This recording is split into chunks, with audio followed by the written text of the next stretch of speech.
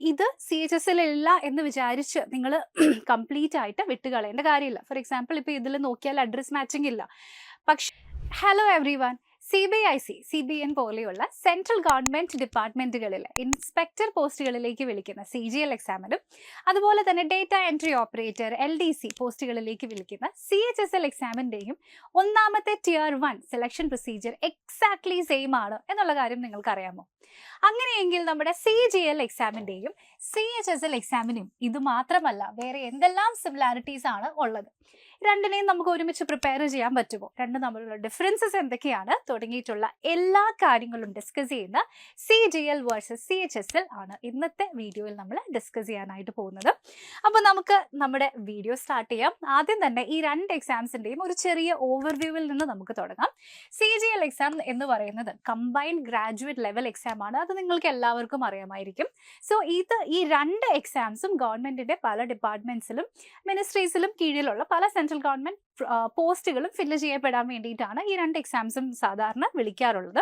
അപ്പോൾ ഇവിടെ നിങ്ങൾ എടുത്ത് പറയേണ്ട അല്ലെങ്കിൽ ശ്രദ്ധിക്കേണ്ട ഒരു കാര്യം എന്ന് പറയുന്നത് കമ്പൈൻഡ് ഗ്രാജുവേറ്റ് ലെവൽ എക്സാം ആയതുകൊണ്ട് തന്നെ ഇത് ഗ്രാജുവേറ്റ്സിന് വേണ്ടിയിട്ടുള്ള ഒരു എക്സാം ആണ്. സോ ഈ ഒരു എക്സാമിൻ്റെ മിനിമം എഡ്യൂക്കേഷണൽ ക്വാളിഫിക്കേഷൻ ഡിഗ്രിയാണ്. ഗവൺമെൻറ്റിൻ്റെ കീഴിലുള്ള പല group B and group C പോസ്റ്റുകളാണ് CGL എക്സാം വഴി ഫുൾഫിൽ ചെയ്യപ്പെടുന്നത്. അപ്പോൾ CGL എക്സാമിൽ വരുന്ന പോസ്റ്റുകളിൽ ഫീൽഡ് ഡ്യൂട്ടി ഉള്ള പോസ്റ്റുകളുണ്ട്, അതുപോലെ തന്നെ ഡെസ്ക് ഡ്യൂട്ടി വരുന്ന പോസ്റ്റുകളും ഉണ്ട്. എന്നാൽ CHSL എക്സാമിൽ പ്രധാനമായിട്ടും ഗ്രൂപ്പ് സി പോസ്റ്റുകളിൽ മാത്രമാണ് വരുന്നത്. ആൻഡ് +2 യോഗ്യതയുള്ളവർക്ക് വേണ്ടി നടത്തപ്പെടുന്ന എക്സാമാണ് CHSL എക്സാമിനേഷൻ. കൂടുതലും ഡെസ്ക് ഡ്യൂട്ടി വരുന്ന ജോലികളാണ് CHSL എക്സാമിൽ ഉണ്ടാവും. ഓക്കെ, അപ്പോൾ ഇതിൻ്റെ ചെറിയൊരു ഓവർവ്യൂ മാത്രമാണ് ആയിട്ടുള്ളൂ. ഇനി നമ്മളിതിനെ ഡീറ്റെയിൽഡ് ആയിട്ടൊന്ന് കമ്പയർ ചെയ്യാൻ പോവാണ്. അടുത്തതായി നമ്മൾ ഡിസ്കസ് ചെയ്യുന്നത് നമ്മുടെ എഡ്യൂക്കേഷണൽ ക്വാളിഫിക്കേഷൻ ആണ്. നേരത്തെ പറഞ്ഞതുപോലെ തന്നെ CGL എക്സാമിനേഷന് നിങ്ങൾക്ക് എലിജിബിലിറ്റി വേണം എന്നുണ്ടെങ്കിൽ നിങ്ങൾ മിനിമം ഒരു ഡിഗ്രി ഹോൾഡർ ആയിരിക്കണം. സോ അത് റെക്കഗ്നൈസ്ഡ് ആയിട്ടുള്ള ഏത് ഒരു യൂണിവേഴ്സിറ്റിയിൽ ആണെങ്കിലും കുഴപ്പമില്ല, നിങ്ങൾക്കൊരു ഡിഗ്രി ഉണ്ടായാൽ മതി. ഇതിൽ ഇത്ര % ഓഫ് മാർക്സ് എന്ന് പറയുന്ന നിബന്ധനകളുമില്ല. ചില പോസ്റ്റുകളിലേക്ക് എസെൻഷ്യൽ എഡ്യൂക്കേഷൻ ക്വാളിഫിക്കേഷൻ്റെ കൂടെ ഡിസൈറബിൾ എഡ്യൂക്കേഷൻ ക്വാളിഫിക്കേഷൻ എന്ന് പറഞ്ഞ് ചില ക്ലോസ് കൂടി CGLന് നോട്ടിഫിക്കേഷൻ വരുമ്പോൾ കാണാം. അപ്പോൾ അത് ഏതൊക്കെ പോസ്റ്റിലേക്കാണ് അല്ലെങ്കിൽ അതിൻ്റെ ഡീറ്റെയിൽസ് എന്താണ് എന്നത് നമ്മുടെ CGLനായിട്ടുള്ള നമ്മുടെ വീഡിയോസിൽ നമ്മൾ ഓൾറെഡി മെൻഷൻ ചെയ്തിട്ടുണ്ട്. അത് നിങ്ങൾക്ക് നോക്കാം.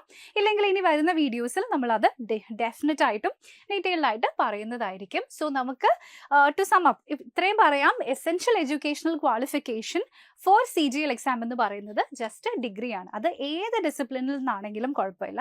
അതേസമയം CHSL ആണെങ്കിൽ അവിടെ നിങ്ങൾക്ക് +2 കംപ്ലീറ്റ് ചെയ്ത് ഒരാളാണെങ്കിൽ ഡെഫിനറ്റ്ലി അപ്ലൈ ചെയ്യാൻ പറ്റും. ഓക്കെ, ഇനി അടുത്തതായി നമ്മൾ ഡിസ്കസ് ചെയ്യുന്നത് പോസ്റ്റുകളാണ്. സോ ഡെഫിനറ്റ്ലി CGLൽ ഒരു വെറൈറ്റി ഓഫ് പോസ്റ്റുകളാണ് വരുന്നത്. ഫോർ എക്സാമ്പിൾ ഒരു 30+ പോസ്റ്റുകൾ വരുന്നുണ്ട്. അപ്പോൾ പല ഡിപ്പാർട്ട്മെൻറ്റിലും ഇപ്പോൾ CBIC, CBDT അതിലേക്കൊക്കെ വരുന്ന ടാക്സ് അസിസ്റ്റന്റ് പോലത്തെ പോസ്റ്റുകളും ഇൻസ്പെക്ടർ, സബ് ഇൻസ്പെക്ടർ, CBIയിലേക്കുള്ള സബ് ഇൻസ്പെക്ടർ പോസ്റ്റ് വരാറുണ്ട്, അക്കൗണ്ടന്റ് പോസ്റ്റുകൾ വരാറുണ്ട്, ഓഡിറ്റർ പോസ്റ്റുകൾ വരാറുണ്ട്, അങ്ങനെ അസിസ്റ്റന്റ് ഓഫീസർ, അങ്ങനെ ഒരുപാട് തസ്തികകൾ CGL എക്സാംസിൽ നോർമലി വരാറുണ്ട്. നിങ്ങൾക്ക് ഇവിടെ കുറച്ചെണ്ണം കാണാൻ പറ്റും. അപ്പോൾ പ്രധാനമായിട്ടും group B and group C ആണ്. ഗ്രൂപ്പ് സി ആണ് കൂടുതലും, ഗ്രൂപ്പ് ബിയുടെ കുറച്ച് പോസ്റ്റുകളേ ഉള്ളൂ. സോ ഇങ്ങനെ ഒരു വെറൈറ്റി ഓഫ് പോസ്റ്റുകളാണ് CGL എക്സാമിൽ ഉണ്ടാവുക. അതേസമയം CHSL എക്സാമിൽ ഇവിടെ 3 പോസ്റ്റുകളാണ് പ്രധാനമായിട്ട് ഉണ്ടാവുക. ഒന്ന് LDC ലോവർ ഡിവിഷൻ ക്ലർക്ക്, പിന്നെ JSA ജൂനിയർ സെക്രട്ടേറിയറ്റ് അസിസ്റ്റന്റും, പിന്നെ വരുന്നത് DEO അതായത് ഡേറ്റ എൻട്രി ഓപ്പറേറ്റർ. ഓക്കെ, അപ്പോൾ ഇത്രയും പോസ്റ്റുകളാണ് CHSLൽ സാധാരണ വരാറുള്ളത്.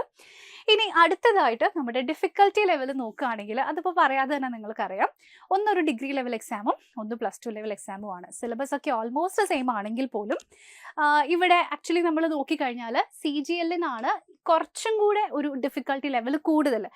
വാസ്റ്റ് ഡിഫറൻസ് ഉണ്ടെന്ന് പറയുന്നില്ല, ബട്ട് സ്റ്റിൽ ഡിഫിക്കൽട്ടി ലെവൽ നോക്കുകയാണെങ്കിൽ ഇത്രയും കൂടെ കോമ്പറ്റീറ്റീവ് ആയിട്ടുള്ള എക്സാമിനേഷൻ CGL ആണ്. ആൻഡ് സിലബസിലും ചെറിയ വ്യത്യാസങ്ങളുണ്ട്. അതൊക്കെ നമ്മൾ ഡീറ്റെയിൽഡ് ആയിട്ട് ഈ വീഡിയോയിൽ അനലൈസ് ചെയ്യുന്നുണ്ട്. ഓക്കെ, സോ ഇവിടെ കമ്പാരിറ്റീവ്ലി ഈസിയർ എക്സാം CHSL ആണ്. ചെറിയ വ്യത്യാസം മാത്രമാണ് രണ്ടിലും വരുന്നുള്ളൂ. ഇനി അടുത്തതായിട്ട് നമ്മൾ ഡിസ്കസ് ചെയ്യുന്നത് നമ്മുടെ സെലക്ഷൻ പ്രൊസീജിയർ ആണ്. സെലക്ഷൻ പ്രൊസീജിയർ ഏകദേശം രണ്ടെണ്ണത്തിലും സെയിം ആണ്. അതിൽ നമ്മുടെ Tier 1 എന്ന് പറയുന്നത് എല്ലാവർക്കും കമ്പൽസറി ആയിട്ടുള്ള ഒരു എക്സാം ആണ്.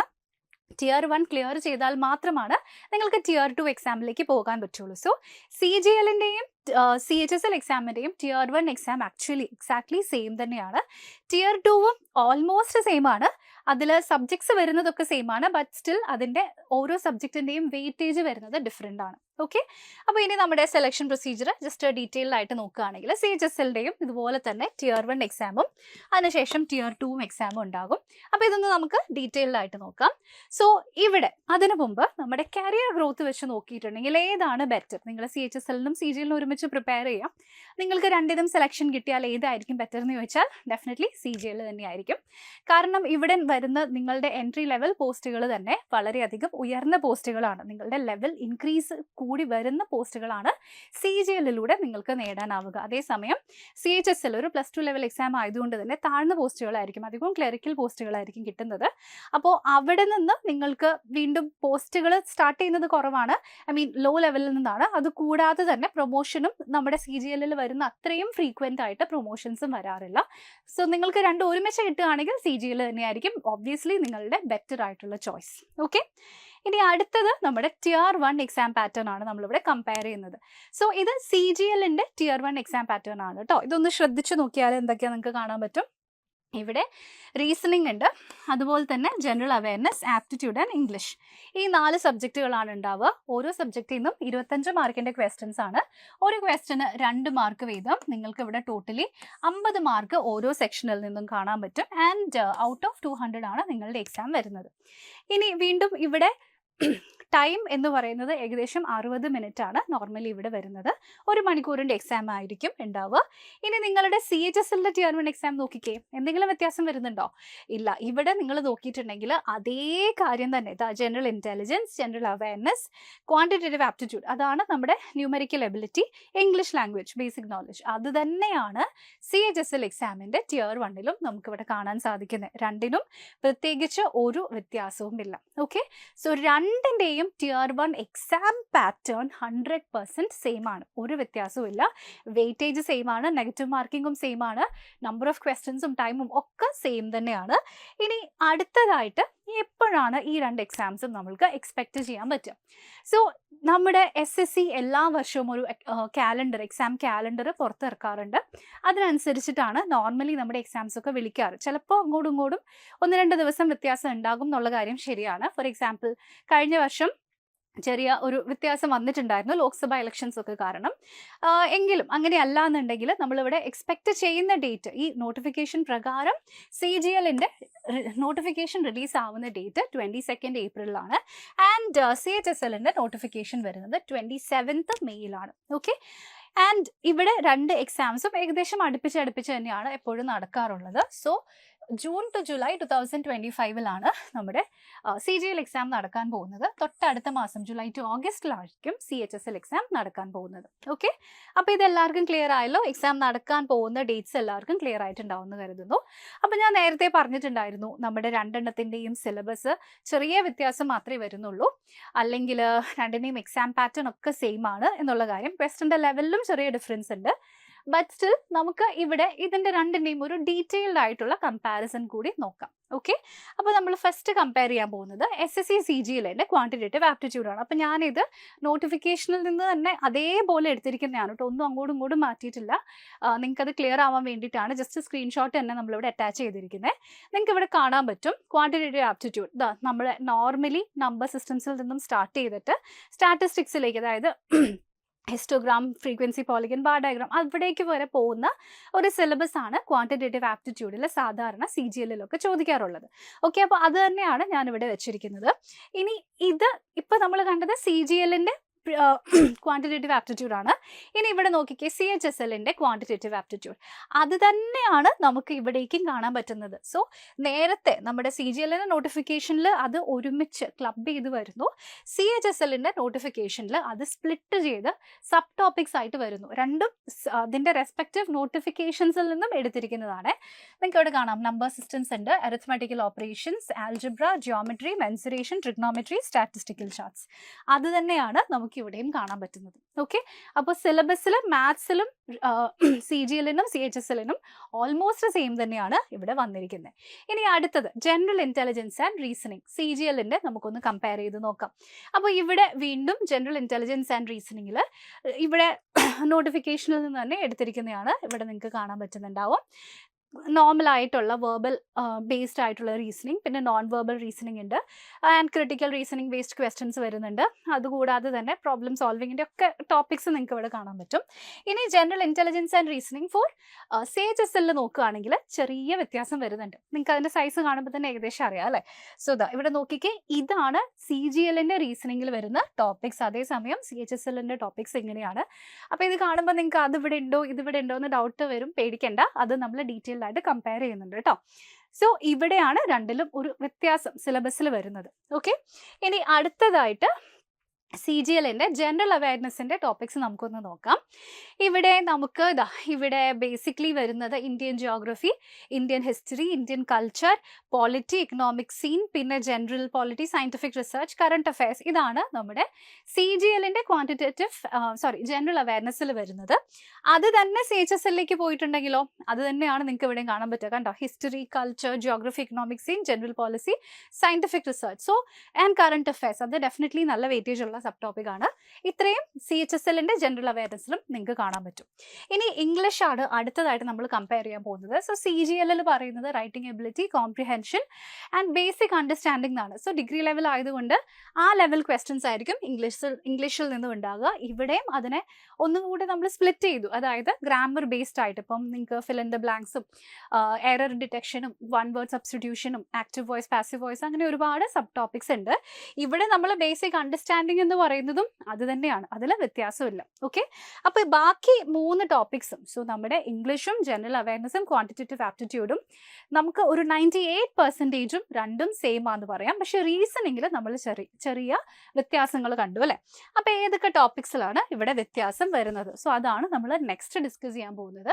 So focus on these topics for the general intelligence and reasoning of CHSL. അപ്പോൾ ഇവിടെ നിങ്ങൾ നോക്കിയിട്ടുണ്ടെങ്കിൽ ഇതിൻ്റെ വ്യത്യാസം പ്രധാനമായിട്ടും വരുന്നത് CGLൻ്റെ നോട്ടിഫിക്കേഷനിൽ വരുന്നതും CHSLൽ വരാത്തതുമായിട്ടുള്ള സബ് ടോപ്പിക്സ് ആണ് ഇവിടെ ലിസ്റ്റ് ചെയ്തിരിക്കുന്നത്. നിങ്ങൾക്ക് കാണാൻ പറ്റും. Visual memory, discrimination, observation. ഇത് കൂടുതലായിട്ടും സ്പേസ് റിലേറ്റഡ് ചോദ്യങ്ങളാണ്. നിങ്ങൾ കണ്ടിട്ടുണ്ടാവും അല്ലേ? Cube and dice related questions. ഒരു ക്യൂബിനെ ഇങ്ങനെ കട്ട് ചെയ്തു, എന്നിട്ട് അതിനെ ഒരു ഭാഗം പെയിന്റ് ചെയ്തു, ആ രീതിയിലുള്ള ക്വസ്റ്റ്യൻസ് ഒക്കെ കണ്ടിട്ടുണ്ടാവും. പിന്നെ നെക്സ്റ്റ് വരുന്നത് syllogistic reasoning, address matching, date and city. ഇത്രയും കാര്യങ്ങളാണ് നമുക്ക് ഇവിടെ മിസ്സിംഗ് ടോപ്പിക്സ് ആയിട്ട്, അല്ലെങ്കിൽ ഡിഫറൻസ് വരുന്ന ടോപ്പിക്സ് ആയിട്ട് സിലബസിൽ പ്രകാരം വന്നിരിക്കുന്നത്. അപ്പോൾ നിങ്ങൾ വിചാരിക്കും ഓക്കെ ഇതപ്പോൾ CHSL എന്നാൽ പിന്നെ ഇത് ഇല്ലല്ലോ, അപ്പോൾ പിന്നെ പഠിക്കണ്ടല്ലോ. പക്ഷേ അതിൻ്റെ പ്രശ്നം എന്താണെന്ന് വെച്ചിട്ടുണ്ടെങ്കിൽ നമ്മുടെ CHSLൻ്റെ ജനറൽ ഇൻ്റലിജൻസ് ആൻഡ് റീസണിങ്ങിൽ ഇവിടെ നോക്കുക, other sub topics if any എന്ന് പറഞ്ഞിട്ടൊരു ക്ലോസ് അറ്റാച്ച് ചെയ്തിട്ടുണ്ട്. So to be on the safe side നമ്മൾ ഈ CGLൽ തന്നെ പഠിക്കുന്ന ആ ടോപ്പിക്സുകൾ കൂടി നമ്മൾ ജസ്റ്റ് പ്രീവിയസ് ഇയർ ക്വസ്റ്റ്യൻസ് ഒന്ന് വർക്ക്ഔട്ട് ചെയ്യുന്നത് നല്ലതായിരിക്കും. നിങ്ങൾ രണ്ടിനും ഒരുമിച്ച് പ്രിപ്പയർ ചെയ്യുന്നവരാണെങ്കിൽ ഇത് CHSL ഇല്ല എന്ന് വിചാരിച്ച് നിങ്ങൾ കംപ്ലീറ്റ് ആയിട്ട് വിട്ടുകളയേണ്ട കാര്യമില്ല. ഫോർ എക്സാമ്പിൾ ഇപ്പോൾ ഇതിൽ നോക്കിയാൽ അഡ്രസ് മാച്ചിങ് ഇല്ല, പക്ഷേ ഈ സബ് ടോപ്പിക്കിന്റെ കീഴിൽ ഇതിൽ നിന്നും ക്വസ്റ്റ്യൻസ് വന്നുകൂടായികയില്ല അല്ലേ? ഇൻ കേസ് വന്നിട്ടുണ്ടെങ്കിലോ നിങ്ങൾ CGLൽ അത് പ്രിപ്പയർ ചെയ്യുകയാണെങ്കിൽ നിങ്ങൾ അതിനെ കംപ്ലീറ്റ്ലി വിട്ടുകളയേണ്ട. മേ ബി ഇവിടെ ഈ ഒരു ലെവലിൽ കുറച്ച് CGLനേക്കാളും താഴ്ന്ന ലെവലിലുള്ള ക്വസ്റ്റ്യൻസും നിങ്ങൾക്ക് CHSLൽ എക്സ്പെക്ട് ചെയ്യുന്നത് കാരണം അതുകൂടെ ജസ്റ്റ് ഒന്ന് ബ്രഷപ്പ് ചെയ്താൽ നല്ലതായിരിക്കും. ഓക്കെ, അപ്പോൾ ഈ ഒരു ക്ലോസ് ശ്രദ്ധിക്കുക. ഇതിൻ്റെ അർത്ഥം വീണ്ടും എവിടെ നിന്നും ക്വസ്റ്റ്യൻസ് വരാമെന്നാണ്.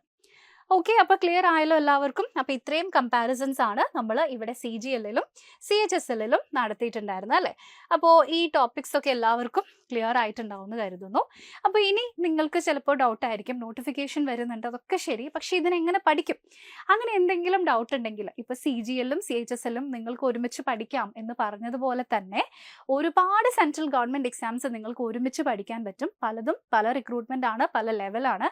പക്ഷേ ഇതിനൊക്കെ കോമൺ ആയിട്ട് വരുന്ന ചില സബ്ജക്റ്റുകളുണ്ട് അല്ലേ? സോ ഇവിടെ നിങ്ങളുടെ പ്രയോറിറ്റി ഏതാണോ ആ എക്സാംസിൽ നിങ്ങൾ ഫോക്കസ് ചെയ്യുക. പക്ഷെ അതിൻ്റെ കൂടെ വരുന്ന സിമിലർ ആയിട്ടുള്ള എക്സാംസിനെയും നിങ്ങൾ കൺസിഡർ ചെയ്യാം. ഓക്കെ, അപ്പോൾ ഈ ഒരു എയിമുമായി നമ്മളൊരു central government foundation course start ചെയ്തിട്ടുണ്ട് എൻട്രി ആപ്പിൽ. അപ്പോൾ ഇതിൻ്റെ പ്രത്യേകത എന്താണെന്ന് വെച്ചാൽ നിങ്ങൾക്ക് 2025 വരുന്ന എല്ലാ സെൻട്രൽ ഗവൺമെൻറ് എക്സാംസിനും ഏകദേശം 20+ എക്സാംസ് വരുന്നുണ്ട്. അതിനെല്ലാം നിങ്ങൾക്ക് പ്രിപ്പയർ ചെയ്യാൻ ഈ ഒരൊറ്റ കോഴ്സ് നിങ്ങളെ ഒത്തിരി അധികം ഹെൽപ്പ് ചെയ്യും. ഓക്കെ, ഇനി നമ്മൾ ചെയ്യേണ്ട കാര്യം ഈ എക്സാംസിന് നിങ്ങൾക്ക് പ്രിപ്പയർ ചെയ്യാൻ വേണ്ടിയിട്ട് ഡീറ്റെയിൽഡ് ആയിട്ടുള്ള എല്ലാ റെക്കോർഡ് ക്ലാസ്സസും നിങ്ങൾക്ക് ലഭിക്കും. ഫുൾ സിലബസ് കവറേജ് വരുന്ന ലൈവ് ക്ലാസ്സസും മെൻറ്റർ സപ്പോർട്ട് വിത്ത് ഡൗട്ട് ക്ലിയറൻസും നിങ്ങൾക്ക് അവൈലബിൾ ആയിരിക്കും. ഇനി അത് കൂടാതെ തന്നെ നമ്മുടെ മോക്ക് ടെസ്റ്റുകളും ലൈവ് ക്വിസസും ഒക്കെ ആപ്പിൽ ആക്റ്റീവ് ആണ്. അതിൽ നിങ്ങൾക്ക് പാർട്ടിസിപ്പേറ്റ് ചെയ്യാം. AI അസിസ്റ്റഡ് ആയിട്ടാണ് നിങ്ങളുടെ പെർഫോമൻസ് ഒക്കെ അനലൈസ് ചെയ്യപ്പെടുന്നത്. സോ അക്യുറേറ്റ് ആയിട്ട് നിങ്ങളുടെ സ്ട്രെങ്ത് ഏതാണ്, വീക്ക്നെസ് ഏതാണ് ഒക്കെ നിങ്ങൾക്ക് മനസ്സിലാക്കാൻ പറ്റും. ഇനി ഇതെല്ലാം കൂടാതെ തന്നെ 2000 റുപ്പീസിൻ്റെ സ്റ്റഡി മെറ്റീരിയലും നിങ്ങൾക്ക് ഫ്രീ ആയിട്ട് അവൈലബിൾ ആയിരിക്കും. ഓക്കെ, സോ അപ്പോൾ ഇത്രയും കാര്യങ്ങൾ, ഒരുപാട് വേക്കൻസീസ് ആണ് എല്ലാ സെൻട്രൽ ഗവൺമെൻറ് എക്സാംസിൽ നിന്നും നമ്മൾ എക്സ്പെക്ട് ചെയ്യുന്നത്. സോ ആ ഒരു ഓപ്പർച്യൂണിറ്റി 2025 നിങ്ങൾ മിസ് ഔട്ട് ചെയ്യരുത്. എത്രയും പെട്ടെന്ന് എല്ലാവരും നിങ്ങളുടെ പ്രിപ്പറേഷൻ സ്റ്റാർട്ട് ചെയ്യാം. ഒരു നല്ല സെൻട്രൽ ഗവൺമെൻറ് ജോലിയാണ് നിങ്ങളുടെ ലക്ഷ്യമെങ്കിൽ. ഓക്കെ, അപ്പോൾ ഇതിനെപ്പറ്റി നിങ്ങൾക്ക് കൂടുതൽ അറിയണം എന്നുണ്ടെങ്കിൽ സ്ക്രീനിൽ കാണുന്ന ഈ നമ്പറിൽ നിങ്ങൾ ജസ്റ്റ് ഒന്ന് കണക്ട് ചെയ്താൽ മതി.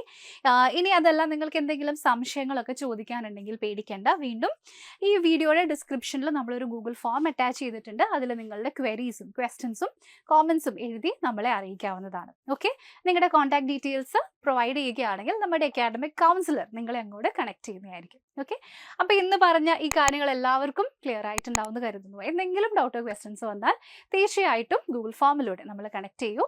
Thank you so much for watching.